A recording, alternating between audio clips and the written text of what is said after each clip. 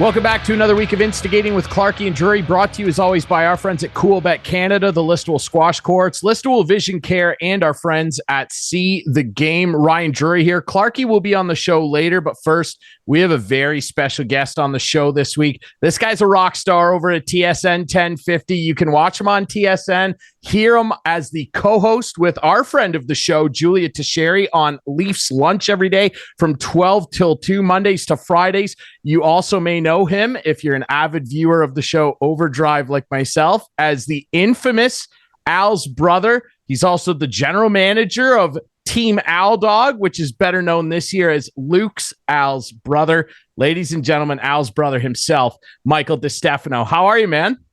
What's going on? What an intro. Great introduction there. Wow. I'm going to have to get you to do one for any time I go on any podcast.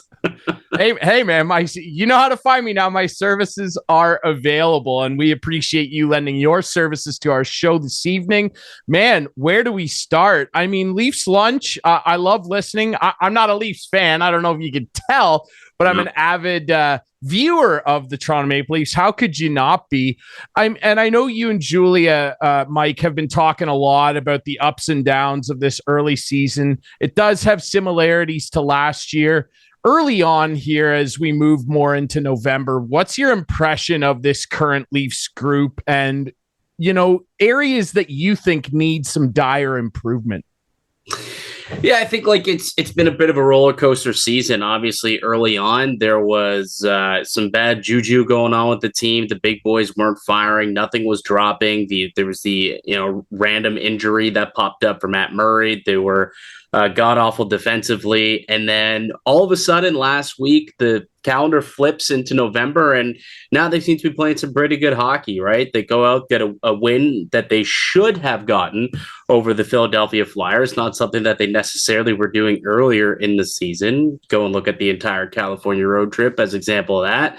And parlayed it into a really solid weekend, picking up 5 of a possible 6 points against 3 top teams in the NHL. Got a win against the Bruins, gutted out a victory against the Carolina Hurricanes, and then picked up a pity point last night against the Vegas Golden Knights. And frankly, they're just playing a lot better hockey. Like prior to this week, they just weren't really buying in defensively. And I think that's been the biggest thing, not just the defense themselves, but they're starting to get a lot more support from the forward group.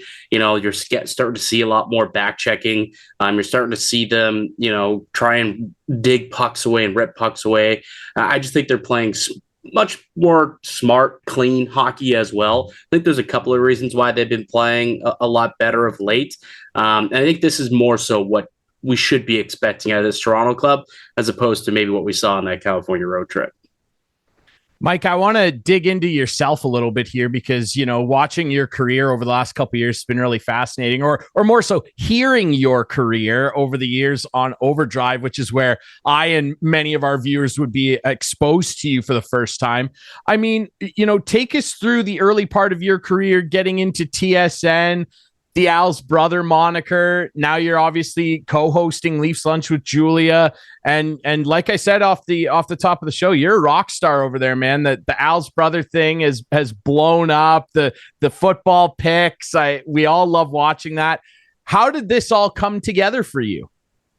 Oh, man, I don't even know where to start with that. It's such a long, loaded story. I guess like I came out of school, I went and I was at Western for a few years, and then I went out of school and ended up doing sports journalism at Centennial College. And from there, I got an internship with TSN Radio. One of the guys that used to be one of the update guys, Tim Haffey, was my professor. He was one of my teachers at school. So I kind of got into contact with him. I wanted to come and check it out and see what he did. I thought radio might be an avenue that I would like to do. Like I was podcasting in my spare time. It's kind of where I started and developed my voice, I suppose. So I was like, I could see myself in the radio space. So I wanted to go and get a glimpse. And from there, I was offered an internship, and it turned into a job behind the scenes a little bit. I did some producing. I did some updates. I did some board work, and somehow, some way, eventually I ended up on air. Like it's honestly all just kind of came out of nowhere. I was just doing updates in my booth by myself like just watching the show Overdrive. And one day O-Dog looks over to me and he's just like, that guy looks like Al. He's Al's brother. And it just kind of took off from there. A couple of years or yeah, maybe about a year or so later, there was an opportunity for me to end up on TV. That was the whole Mike Johnson earbud gate that happened. And it's kind of taken off ever since, really. That's right. I remember Earbud Gate. That was a hot topic at the time. And again, like I said, man, I mean, you were behind the scenes. You're at the front of the scenes now. I mean, so many people are familiar with you in that market, as they should be, because I think you're one of the premier voices in the market now, if I do say so myself. What's that journey been like? Because again, I think, like myself, many people were exposed to you on Overdrive. What's that relationship been like between yourself, Hayes Noodles, and the O-Dog? Brian seems like the best guy. I had him on my previous show. I've had numerous run-ins with Jeff O'Neill. I'm looking forward to running into him at Storm games because I call their games. But what's that relationship been like between you and those three characters? Also, like though, I pretty much do. I owe my career to those guys. Like where I'm at now would have never happened if they wouldn't have like openly accepted me onto their show. Like it just the one day I ended up on, and then I was on again, and then again and again. And the next thing you know, they were building like power ranking segments with me involved in them, and then I was making football picks with these guys. It just kind of happened where I just became like a part of the show, like just like an honorary member of the show. So I can't say enough good things about those guys. I think that they're the best at what they do. Like Brian Hayes, hands down the best sports radio host we have in this country. I don't even think that's without like.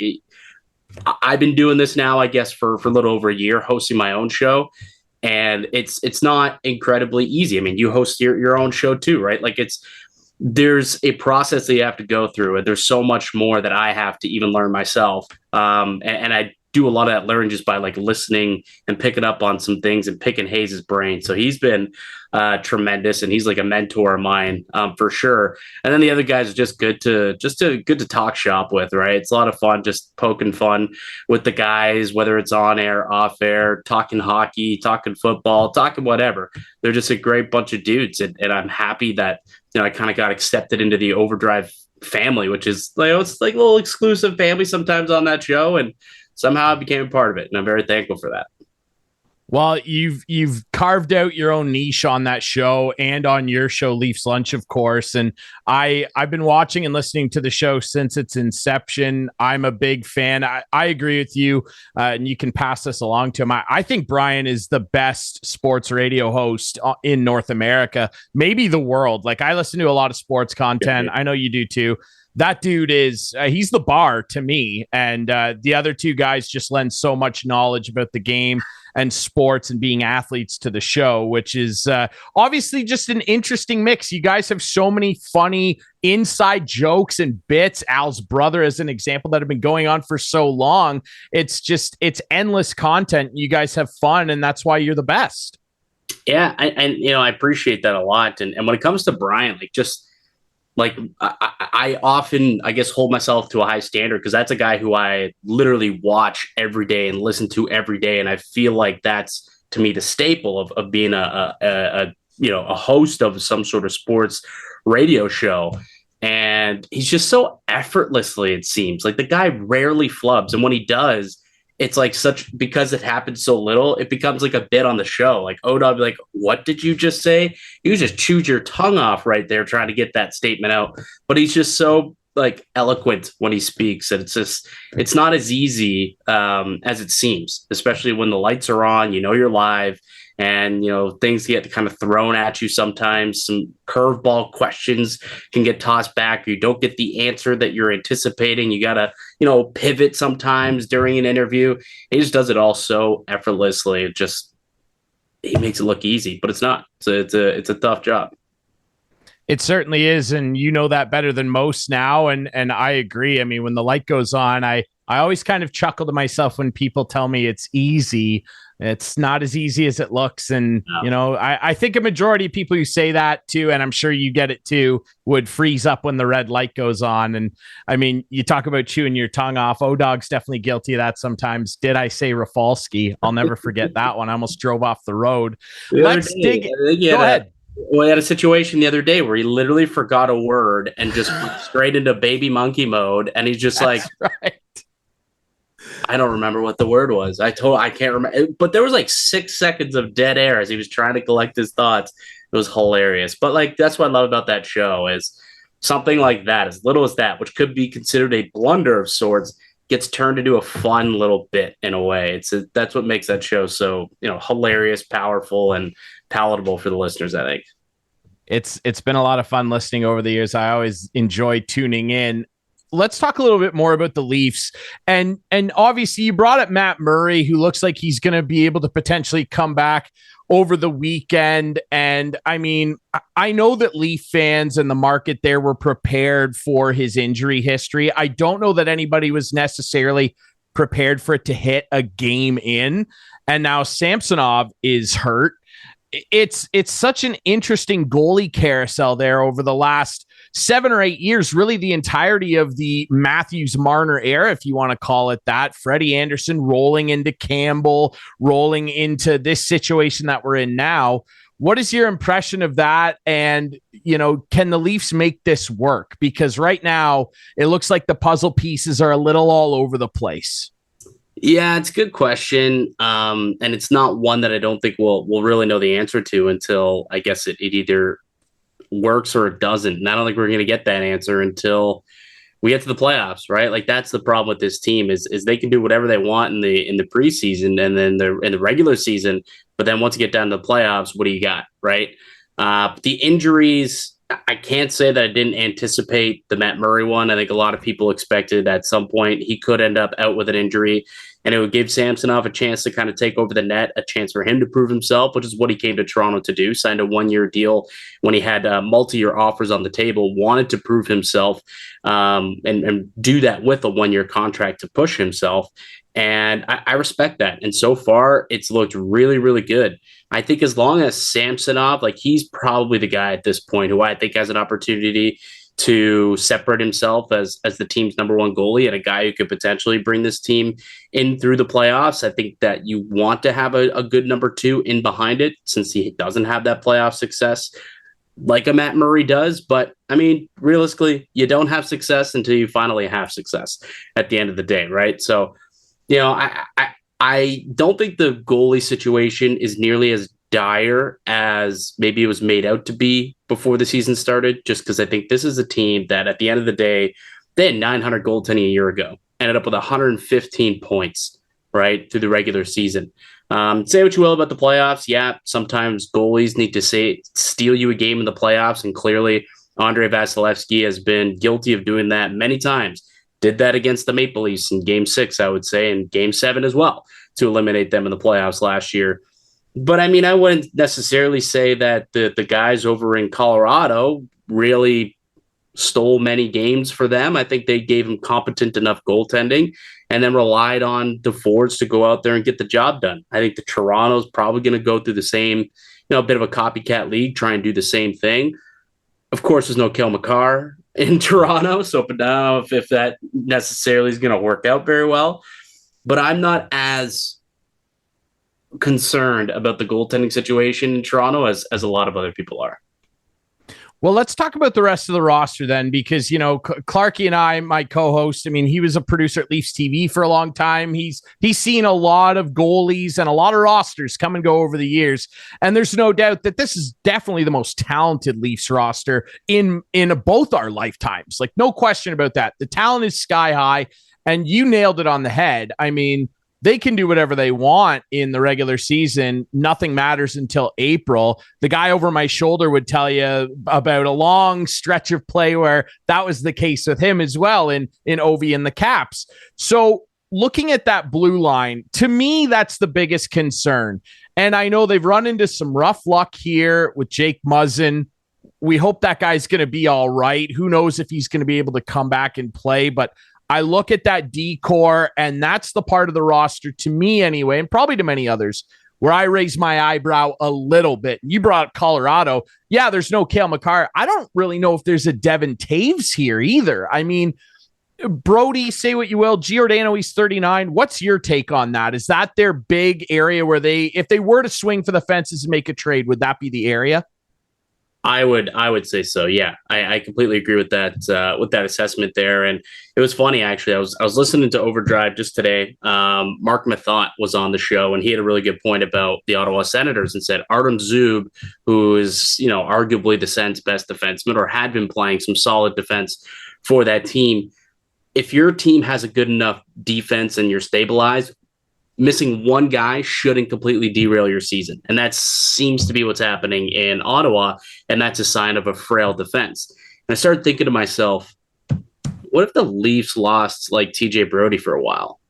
Where's Toronto going to be at that point? Because TJ Brody, he doesn't get enough love and credit, I don't think, for being the the safety blanket, the stabilizing defender that he truly, truly is. Like, oftentimes, whichever partner Brody is with, that's typically when they're playing their best, right? Morgan Riley has played his best hockey as a Maple Leaf with TJ Brody as his partner. Justin Hall was struggling earlier this year. What'd they do? They gave him TJ Brody to settle him down, and they've been arguably, statistically, actually, legitimately, the second best defensive pair in terms of expected goals against per 60 in the National Hockey League since being put together, with Makar and Devon Taves being the top duo there. And, same thing last year in the playoffs, right? Brody goes, plays with Muzzin, and all of a sudden Muzzin, who looked like crap, quite frankly, through the regular season, looked like a great defenseman again alongside TJ Brody. If that guy goes down, what does this defense look like, right? Now all of a sudden, okay, who's going to play with Riley? Who's going to play with Brody? Who are you pushing up? Who are you pushing down? And can they stand an injury like that? I'm not sure they can, which is why it makes me believe, like, okay, maybe this defense is a little bit more frail than we thought and not nearly as deep as we were talking about. Sure, they have 7 NHL defensemen, maybe even 8 NHL defensemen if you want to go as deep as Mete, 9 if you want to go as deep as you can go all the way down the line, I guess, to Jordy Ben as well. 8, 9 NHL quality defensemen. But when it comes to guys who can play the big minutes and make a difference, they don't have much there. And I think that's kind of the problem with this team. Because even if you look at the top squads, right? If Victor Hedman goes down, there's a couple of guys out there who can pick up the slack and step up. If Cale Makar goes down, they still have a couple of guys who can pick up the slack, right? Devon Taves, Josh Manson, Bo Byram. Like, they've got some dudes out there who can play some decent hockey. Pietrangelo, he goes down, well, they've got Nick Hag, they've got Alec Martinez. Like, there's a couple other guys. But if TJ Brody goes down, I'm asking you, do you believe that there's anyone there who could pick up the slack and keep this team afloat if that were the case? Not like those other guys you brought up on those other teams. I don't know where that is. Like, can Sandin become that someday, keeping in mind he's 21? Probably. Yeah, maybe. I watched him a lot in the OHL and thought he'd probably end up comfortably being a 3 at his ceiling, likely a good number 4. But right now, no, I don't know who's coming in and filling that hole if a Brody went down, which you're right, might actually hurt them the most. And hopefully that doesn't end up happening. I'll ask you one last thing about the Leafs really quick before we talk about some football. I know you love your football. Right. If they get eliminated in the first round again, everybody at the top's got to go. Absolutely. I believe that is the case. They can't have respect in the handshake line and bring them all back again. This is it. This is the year. It's got to happen. If not, I think, out goes Dubas. I'd be curious to see if it goes as high as Shanahan. It could, but out goes Dubas for sure, which means Keefe is going to be gone, and there'll be a new regime to come in, and who knows where it goes from there. I don't think we'll see a complete gut of this team and go into a rebuild by any stretch of the imagination. You still do have, right, Nylander, Tavares, Marner, and Matthews for a whole season after this, regardless of what happens in the summer and with management. But it'll be real interesting to see what happens in Leafland if it is another first-round exit. But hopefully we don't have to be having that conversation. Hopefully instead, for the first time in Brian Hayes' entire broadcasting career, he can tee up and reset a round 2 for the Maple Leafs in the Stanley Cup playoffs. I would like that for you guys. That would be nice. But yeah, if it goes south again, I don't know. Have Barry Trotz on speed dial, I guess, is about all I can say at this point. Let's talk NFL. Of course, one of the things that you became well known for as Al's brother is the football picks and the power rankings and all of that fun stuff. Team Al Dog. Now Luke Wilson's involved, which is really cool. You guys taking on Hayes here, and you're having a good season. Hey, what are you guys, 2.5 games up, 3 games up on Hayes now? Oh, yeah, we're looking pretty. I think since bringing on Luke Wilson into the fold, which has been fantastic, he's been an excellent pickup. Our record since then is 12-3-2 since that pickup. So not too shabby. Hey, the numbers don't lie, baby. That's what it's all about. And speaking of numbers, and facts are facts. You absolutely. And you threw out a stat about Brody and his D pairing and how good they are at even strength. And I know when you start throwing the picks out, O-Dog is always waiting to jump down your throat about some stat that you're throwing out. And it's a lot of good back and forth. But how's that been? I mean, I know you and O were already having fun with it, but when you mix in a Super Bowl champ and a good Canadian boy in Luke Wilson, who's becoming a rock star over there at TSN in his own right, what has that been like to just add a guy like that into the fold and be able to interact with him and pick his brain about the NFL? Yeah, honestly, it's been great. Like we got so we've got 2 group chats, right? We got the one that includes Brian and then the one that does not include Brian. And the one that does not include Brian, that thing's active, man. We're talking all the time, like about what pick we're going to make. I'm tossing out some stats that, Luke isn't necessarily a big stats guy himself. He feels he's a bit eye test, goes with the heart, but I think that's why our blend, because he'll say, I kind of like this. And then I'll be like, yeah, I like that too because X, Y, and Z is happening, and kind of add to it with this statistical analysis so we can come up with like a solid reason for why we want to make our pick. So, but just being able to talk to Luke Wilson, like the guy's an absolute beauty. I'm sure as people who are listening and watching this, they probably assume that the fact by watching him on Overdrive or watching him on SC or whatever, Jay On-Right show, he is an absolute beauty. So being able to kind of, work with him and get to chat with him and, small friendship blossoming, perhaps, it's pretty sweet. Pretty cool. I know O-Dog was pumping your tires the other day. He thinks you could be an NFL GM. So I want you to put, hey, maybe you can. Jeff Saturday just walked out of the booth. Of course, he played, but that's true. No coaching experience. So why not? And I know you're a big Colts fan. Yeah. So I want you to put your GM hat on. How do you go about fixing the Colts? They wasted Andrew Luck. And if anything, they forced him into early retirement, which was sad to see. I never know what to make of Jimmy Irsay. I just think he's talking about quantiles and all this stuff.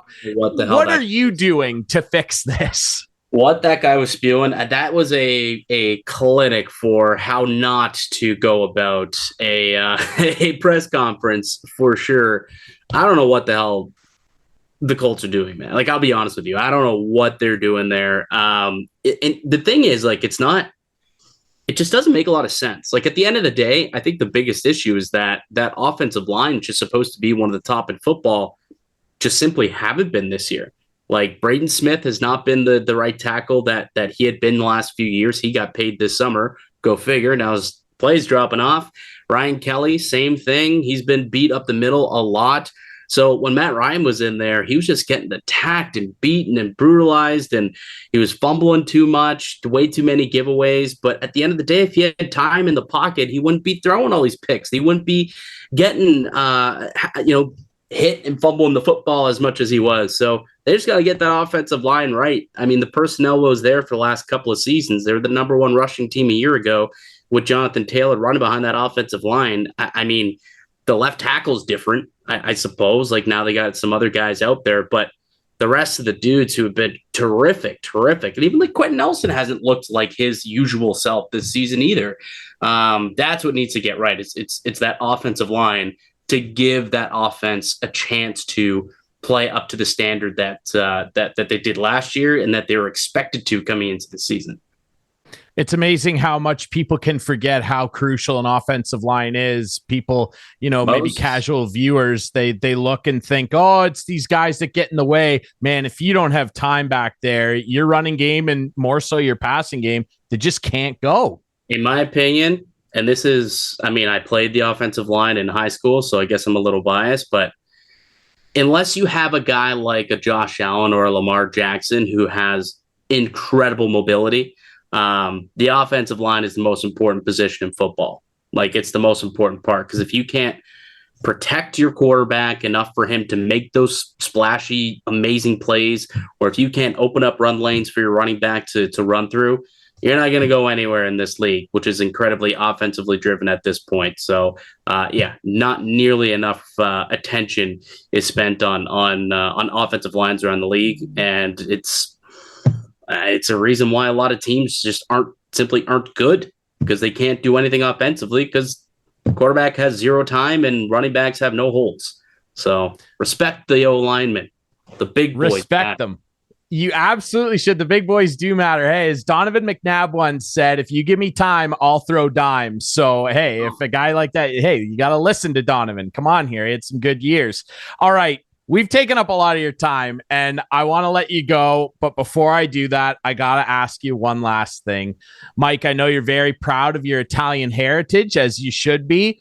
And there's been a lot of discussion over the last couple of years since you came into the Overdrive fold about charcuterie boards. Oh, okay. All right. I thought you were about to chirp me about Italy not being. No. And I was about to get out of here. No. Hey, they got more World Cups than Canada. So I'm not chirping Italian football. I don't want the Azzurri coming after me. Trust me. I want to ask you, though, you kind of introduced a lot of people to the idea of having wings as part of the charcuterie board, which I've mixed into the rotation. Very good tip. But if you're going to put together a charcuterie board for an NFL party this Sunday, give me a handful of must-have ingredients on that big board. For a football party. Okay. All right. So clearly you got to have some chicken wings on there. That's probably number one if it's a football party.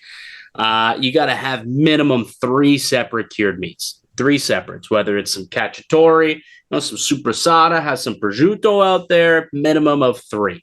If it's less than that, I don't know what you're doing, but that's not a very good charcuterie board. Also need to have multiple cheeses on there. You can do whatever you want for the cheese, but whatever suits you, got to have multiple cheeses. So definitely the cheese, the meats, got to have wings.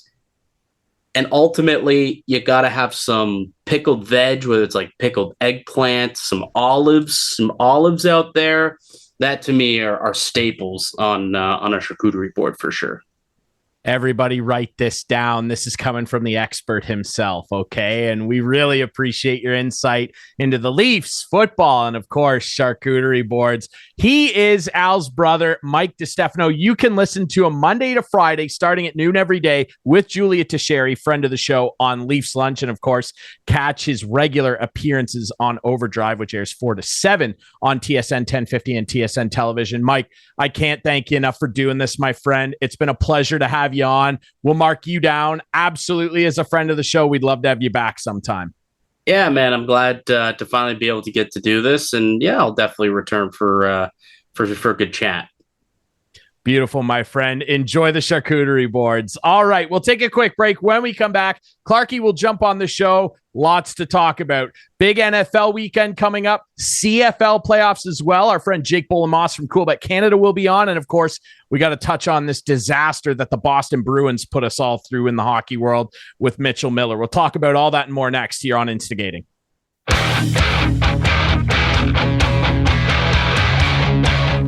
Welcome back to Instigating with Clarky and Drury, or just Drury this week. Clarky's not going to be able to join us. He's busy selling cars or something. The guy's got to eat. He's got to eat, ladies and gentlemen. Thanks again to our friend Michael Distefano, a.k.a. Al's brother from TSN 1050, for joining us in the first segment of the show. Really pleased to be joined by our in-house wagering expert from Coolbet Canada, our great title sponsor, Jake Boland-Moss. JBM, how you doing, brother? Good. Happy to be back. Happy to still be an expert, even though it's been a bit of a rough go in the NFL for me lately. No, it's all right, man. We know you're going to turn it around. It's going to be fine. I want to mention as well, obviously, this airing for the first time, you'll see it on Whiteman, obviously, the evening of Remembrance Day. Hope everybody was able to kind of take some time to reflect. We're pretty lucky, Jake. We live in a pretty great country, and our veterans played a big part in that. So hopefully everybody was able to reflect on that. It's an important day. I'd argue maybe the most important day of the year. Second to that, every football Sunday, as we gear up for another week of NFL football. And there's a lot of storylines. Really quick, though, Jake. And again, if you're not following Jake on Twitter, you really should. His reactions after Leaf games are... they're must see. They are must see television on your phone screens.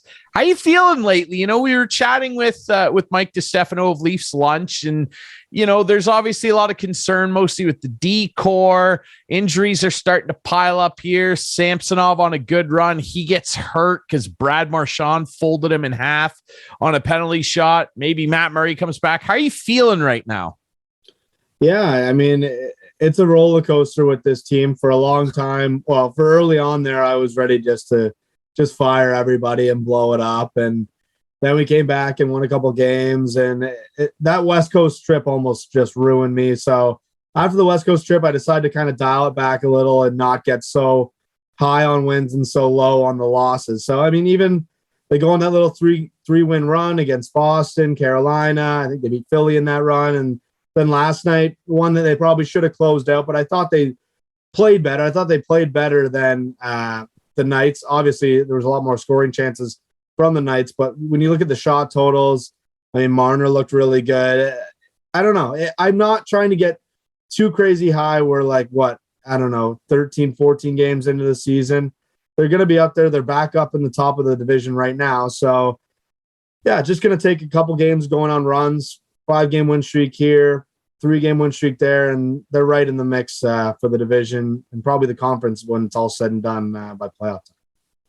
Yeah, and it's been interesting watching them play and seeing how the standings early in the season shake out. It's always interesting, lots of storylines. I want to ask you before we dig into football, because there's a lot of football to talk about, including our league, the CFL. Big divisional finals coming up. Someone's going to punch tickets to the Grey Cup after Sunday.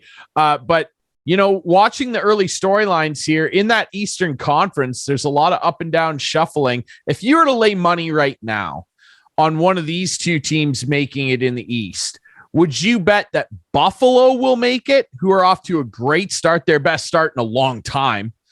Or would you lay money on New Jersey because they have been red hot? They're off to an unbelievable start. Jack Hughes is rocking and rolling. Jesper Brad is piling up points. They look to have some stable goaltending. Of those two teams, who would you be laying coin on? Yeah, I mean, that's a great question. Two teams that probably surprised people to start the season, but with a lot of great young talent. Buffalo's kind of got the Eichel stench off them now, right? Obviously, that was a bit of a mess there for a little while. And, I mean, Jersey's looked quite good as well. So, I don't know. I've hated Buffalo for so long. It's just kind of one of those, like, cross-border rivals. I think I have a hard time saying Buffalo. So, for that case, I'm going to go with the Devils. I think they got a good, strong team there. Dougie Hamilton on the back end. And some strong guys up front. Like you mentioned, Jesper Bratz look good. Jack Hughes, Nico Hischier, I think has looked really good to start the season. So, yeah, some good pieces there in New Jersey. I'll take them if I had to put some money on it. Yeah, the only thing holding me back from fully committing to Buffalo, to the chagrin of our friend Dwayne Stein, I'll hang up and listen, is that the goaltending. And again, Eric Comrie's been decent. Craig Anderson's playing out of his mind, but Craig Anderson's going to be 42 years old later this year. So I do wonder a little bit about that, but I love Tage Thompson. He stayed red hot. I love Alex Tuck. Rasmus Dahlin is the early Norris favorite right now. We'll see if he can keep that up as he's starting to really look good. But the Devils, boy, they got plenty of talent over there too. So, and I got a soft spot for Vitek Vanacek. Let's be honest. I want to see him do well. We'll see how it shakes out. Let's talk some football here because, man, this is as good a weekend for football as you're going to get. Let's start with our league, the CFL. Boy, the Montreal Alouettes, after a few years of really torrid up and down years with coaches getting fired, not being able to find their feet, here they are in the divisional final, and they're going to go up against an Argonauts team that a lot of people had pegged as an early favorite for the Grey Cup at the start of the year. I mean, this is a hard one to read because the Owls are just red hot. They just wouldn't be denied. They're back in the playoff fight here, and they're a win away from going back to the Grey Cup for the first time in a while. And then you got the Argos on the other side, McLeod Bethel Thompson and his crew looking to get it done again. Who do you like here, Jake? This is a tough one. Yeah, I mean, it's hard to go against the hometown Argos, right? I haven't watched a ton of CFL this year. I'll be completely honest. It's a lot of sports on. It's not as easy, but yeah, hard to go against the hometown Argos. I think they're -3 right now on the spread at Coolbet. So myself, I think I like the Argos here. But I know we're going to get to it in a second. I don't know who's going to compete with the Blue Bombers. That team just continues to dominate year after year here over the last couple of years, at least. It's been pretty crazy. So. Yeah, the Blue Bombers, obviously, they're in the other final, and they'll be taking on the BC Lions again with Nate Rourke coming back incredibly from a brutal shoulder injury, and he was the far and away runaway favorite to win MOP. He might still do it if he leads them to a Grey Cup and maybe even a win, but like you said, it's going to be mighty tough to do that against a Bombers team that is just so stacked on both sides of the ball. Who do you like here? I mean, is it as simple as saying Winnipeg will win and you're maybe looking for a cover from BC? Yeah, it's an interesting thought, right? I think the line opened around 5, and now we've seen it come down to 4. So that makes you think, well, there's probably coming in early money coming in. That sharp early money probably coming in on the Lions. So at what point do you say, okay, the line's getting too low, I got to flip back to the Bombers, or do you just hold with the Lions and hope they can either cover or maybe pull off the upset against the mighty Blue Bombers? It's funny, I actually had a couple friends from high school who were playing this game. One, the fullback for the Lions, David Mackey, went to my high school, and then Mark Leggio on the other side, the kicker for the Blue Bombers. So it'll be great to see those guys in action on Sunday. Man, that's incredible for you. A little personal connection there. So you'll be flipping a coin, I'm sure, on who to cheer for. That's going to be a big weekend here in the CFL. And then, of course, the winners of those games will play in the 109th Grey Cup, if my math is correct. Let's go to the NFL. Obviously, this airing after the Thursday nighter, but there are a ton of big games and a lot of storylines coming up this Sunday. Let's start with the Seahawks and the Bucks. Tom Brady leading his 69th nice comeback drive in the fourth quarter. He is the GOAT for a reason. Finally, all that yelling and screaming on the sideline paid off as they beat the Rams last week, just barely. They still can't run the ball, which is incredible, but they're going to take on a Seahawks team who, I mean, give these guys a lot of credit, Jake. Like when we came into the season, no one had the Seahawks looking remotely this good. People are saying, they might win 3 or 4 games. Geno Smith's going to get knocked around. Geno Smith's legitimately in the MVP conversation. They're running a great offense there. Kenneth Walker III is a freak in the backfield, and their defense pretty decent. Like they made hay at the last NFL draft.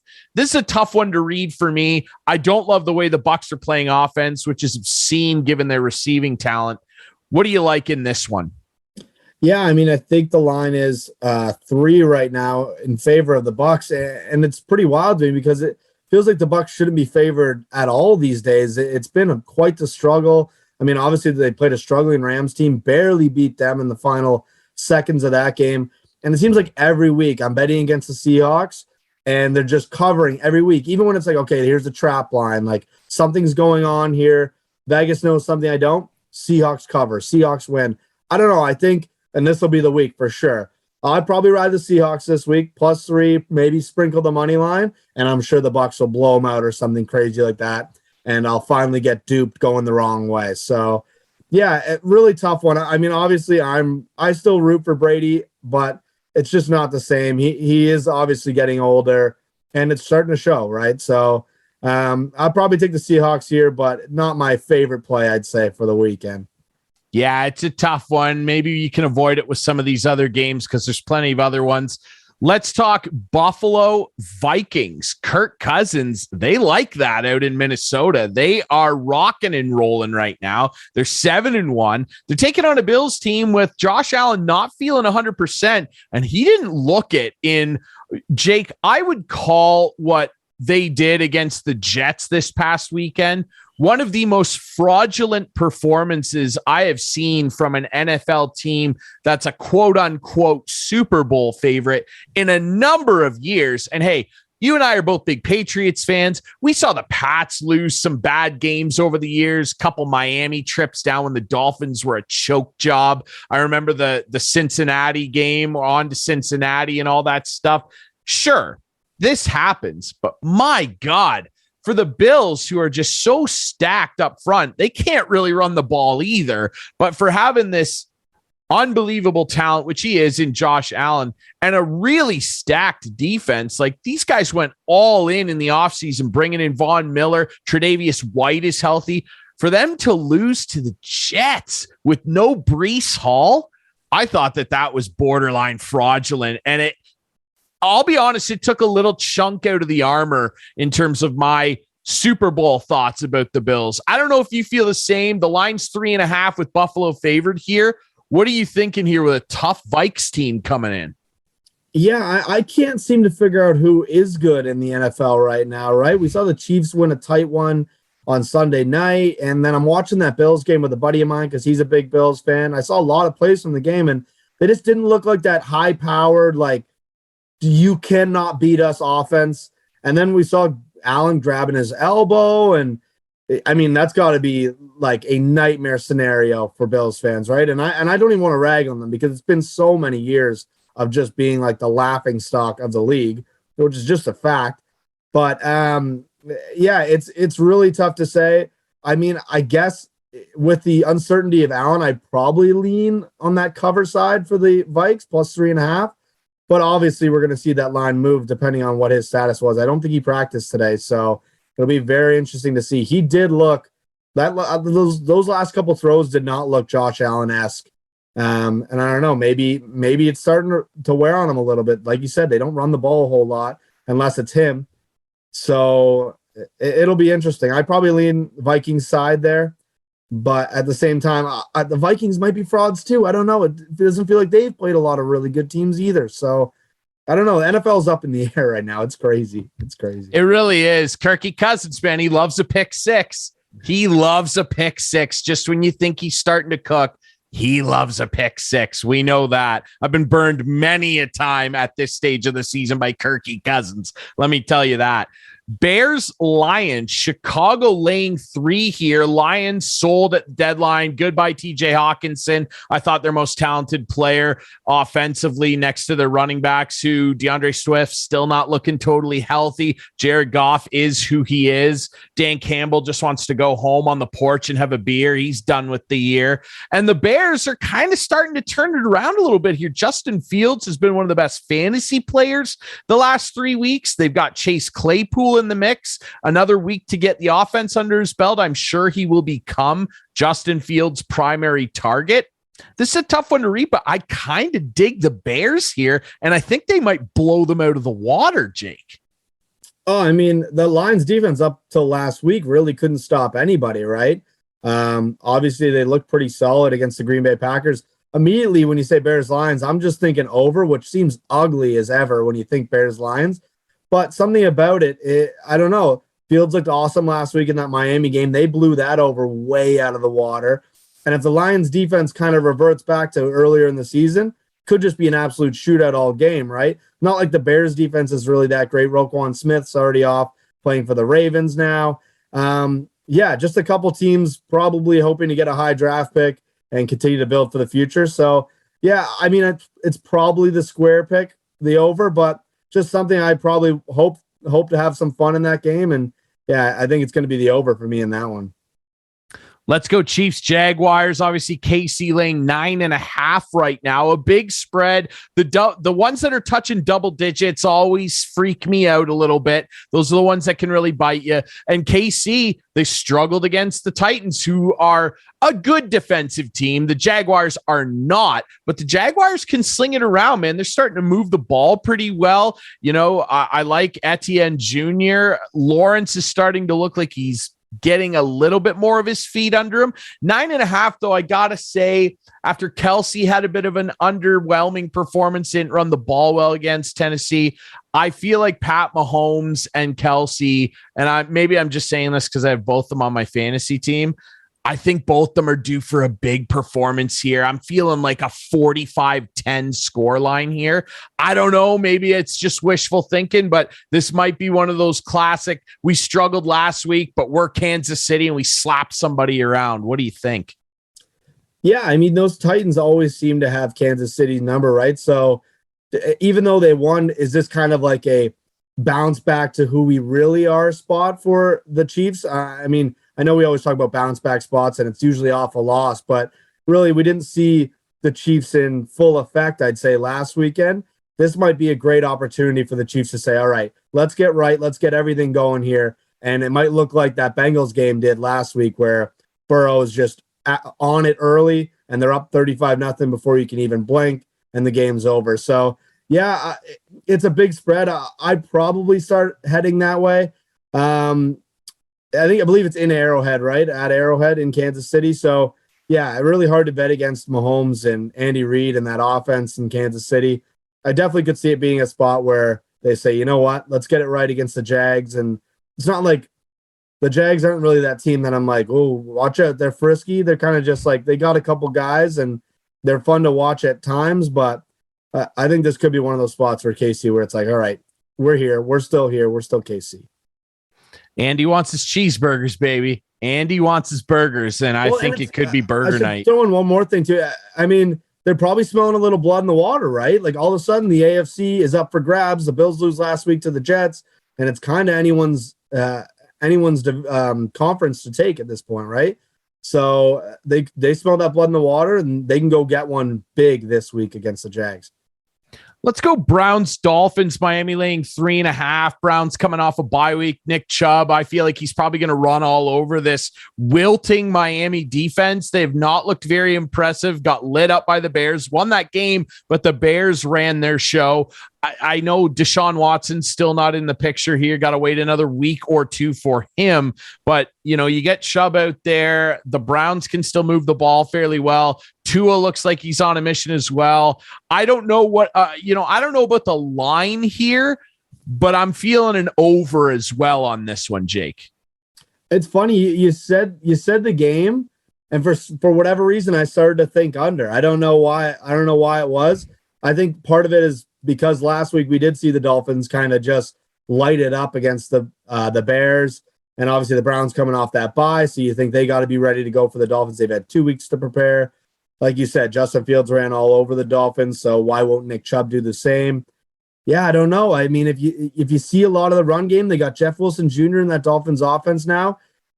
If we see a lot of that run game, we see a lot of that clock come off. 48.5 might be a tough number to get to. It's like the opposite of the way I looked at that Bears game the way I looked at the Bears last week, where it's like, okay, the Bears can score points. They're now an over team in my mind. I'm like, you know what? You got a lot of running in this game. There's a lot of possibility for it. Maybe they don't want Tua throwing as much. I don't know. It's tough to say. Not one that I'm really keen on. And the fact that you said over makes me think, well, maybe under isn't the play. I hate being on unders ever. So that's kind of one of those scenarios where it's like, we'll see. Maybe nothing on that game. Yeah, unders are greasy. They're just not fun. They're not But fun. you know, when you hit one, it almost feels better than an over. But they're not fun. You know, a little part of your soul dies as a football fan when you take an under. I feel. Let's talk Texans Giants, who this might be an under as the Giants are laying 5.5. Boy, Dable's got them playing well. He is the talk. He is the toast of New York, alongside the Jets, who are playing really well as well. But boy, the Giants are just, Danny Dimes looks like a man reborn. Saquon Barkley, a man reborn for sure. They just continue to get big wins. They beat the Packers earlier. I mean, like, this is a really, really solid football team that's rounding into form. Then the Texans, they got guys that are dangerous. Cooks can always burn you on an out route. Pierce is playing really well, but I actually think the Giants, the line play might be good here. 5.5 does not feel dangerous to me. Yeah, I mean, it's kind of that no man's land, right? That number, that 5.5 number. I don't know. In this one, it feels like Vegas is coming back a little in the Texans because we saw them as like a 2-touchdown dog last week on the Thursday nighter. So they got a little extra rest. And then we have the Giants, who I think are coming off the bye. A lot of prep time. I like the way Dable has them playing. The defense has looked really good. The offense has been serviceable and obviously won them games. I think 2 weeks back, they screwed me on a bet, which I wasn't too happy about, but whatever. I want to put it in the rear view, and I think I'm agree with you here. I'm going to take the Giants at the 5.5. Like you said, I feel like maybe Vegas was overreacting on how bad the Texans were last week, and now I think they're moving back to the other side where they're almost underreacting about just the way the schedule kind of has worked out to this point. So yeah, I'm with you on the Giants there. I love it. Saints Steelers. New Orleans laying 1.5. Obviously, Pittsburgh, their offense has been pop gun at best. They're having a tough year putting up points. And the Saints, they've got, you know, the same old weapons. Andy Dalton, old reliable. He's good for a couple picks probably, but he's also good to toss a touchdown or two. Olave is, you know, blossoming into one of the best young wideout stars in the league. And Alvin Kamara just keeps doing what he does. And I was actually maybe somewhat surprised to see the line at 1.5. I would have maybe made it 3.5. What are your thoughts on this one? Yeah, I don't know. Maybe it's partially because of that bye. I think the Steelers had a bye as well, right? So that could be part of the reason. Have a little bit more prep time for the Saints. Yeah, I don't know. I don't know what this one. This one just screams ugly game, like a 13-9 or something like that. This is what that game's feeling to me. It's an under game, and as much as it, once again, probably a pretty square pick, I don't know. It just feels ugly. It feels like someone's winning ugly, and I don't really like either side. So it just feels like an under to me. Feels like an under. Over at 40.5, the over under set at. And yeah, I like that play too. I don't know about the line necessarily, but yeah, that feels like an under as well. Broncos Titans, Tennessee laying 2.5. Russ Wilson seems to think they're starting to ride in Broncos country. A better performance their last game, but I mean, I just think that the Titans, who we just watched hold KC to a really tight game, I think that they're able to do the same thing with the Broncos, who have a good D themselves. They've got the over-under here at 36.5. I mean, I kind of like the under here as well. These two teams can't really score. Derrick Henry maybe punches one in for you, probably rushes for 80, 85 yards, and that's about as good as it gets. What do you think? Yeah, I mean, when they set the totals that low, they're almost begging you to take the overs, right? But usually the case for why the total is so low to begin with is probably because they're expecting an ugly game, like we just talked about with that last one. Yeah, it is Derrick Henry's season. You're seeing him do a lot more damage against almost everybody right now, right? He's good. He's good for 100 a game, and at least to score. It's kind of just what you're going to get with Derrick Henry. Obviously, the Broncos defense has been awesome. Broncos offense, I don't know. But I think these books just underestimate Tennessee every year. They lost the first 2 games of the season, then they went on a nice little run, and then they lost, obviously, in a tight one to KC at Arrowhead. I probably lean Tennessee in this one. That number is just so scary. I agree with you. I think they probably the sharp side is the under, but how easily that can just turn on you, especially if it's a low scoring first half. Something crazy happens and all of a sudden you're like sweating out a 36.5 or whatever number you said there. So yeah, I kind of lean Titans here. I think the books always tend to underestimate them, and they just keep winning football games. Obviously not last week, but they'll find a way to get to double-digit wins, no problem this year. I'm sure of it. Yeah, I wouldn't doubt either. Mike Vrabel running a good ship there. Yeah, 36.5 scary. I like the line at 2.5 as well. Raiders Colts, maybe the ugliest game on the sched. This is a yuck fest of football teams that should both be way better given the talent, certainly offensively on both sides. My God, I mean, how must Devontae Adams feel right now? I mean, I'm sure he's enjoying playing with Derek Carr, but I don't know that the fans are really enjoying it, the ones that show up at that stadium. I don't like this game at all. I'm probably going to avoid this one in totality. Vegas laying 5.5, the over-under at 42.5. I don't know what your thoughts are here, but I don't like this game whatsoever. No, I'm hoping not to see any of this game this weekend. It just screams ugly game. And 5.5 just seems like way too many points for me to be betting on the Raiders side. But at the same time, like, am I really going to take the Colts after what I saw last week? And it's a mess there, right? I don't know. Do you take them to cover because Jeff Saturday's in there, but he really doesn't have a lot of coaching experience at a high level? And I don't know. That just seemed more like a publicity thing, which is fine. I think if that's the best case for your franchise right now, then that is what it is. But I'm hoping not to see this game at all on any TV that I'm watching this weekend. I don't even think I have a pick for you in this one. I have no leans. I hate the Raiders, and I think the Colts are just as much of a mess. Who knows? Like, I know they brought in McDaniels, but he could be out by the end of this season, especially at the rate that they're going. They thought they were going to come in and take a playoff team to a higher level, and really it hasn't looked anything close to that. So, yeah, we'll have to see what happens in that one. Hopefully, I don't have to watch too much of it. Joshy Mack, not a head coach. He's a decent offensive coordinator, though. You could use one of those offensive coordinators, by the way. Yeah, could use one in New England. I'm not a big fan of what I'm seeing out of old Pencilier there. I'm not too thrilled with Pencilier. He's driving me crazy. Yeah, Colts Raiders, avoid this one, folks. I save horror movies for Halloween. I don't want to watch this. Cowboys Packers, some intrigue here. Aaron Rodgers, I mean, the Packers just look like a joke. The Dallas Cowboys laying 5 even. I like the Cowboys to cover here. Dak is starting to feel it a little more. Zeke's starting to become a bit more of a contributor. Tony Pollard is just running down people's throats, and Dak has some people to throw to, and Aaron Rodgers just doesn't. I don't know about the over under here, but I mean, I think this is an easy spread play. I would take Dallas to lay the points all day long.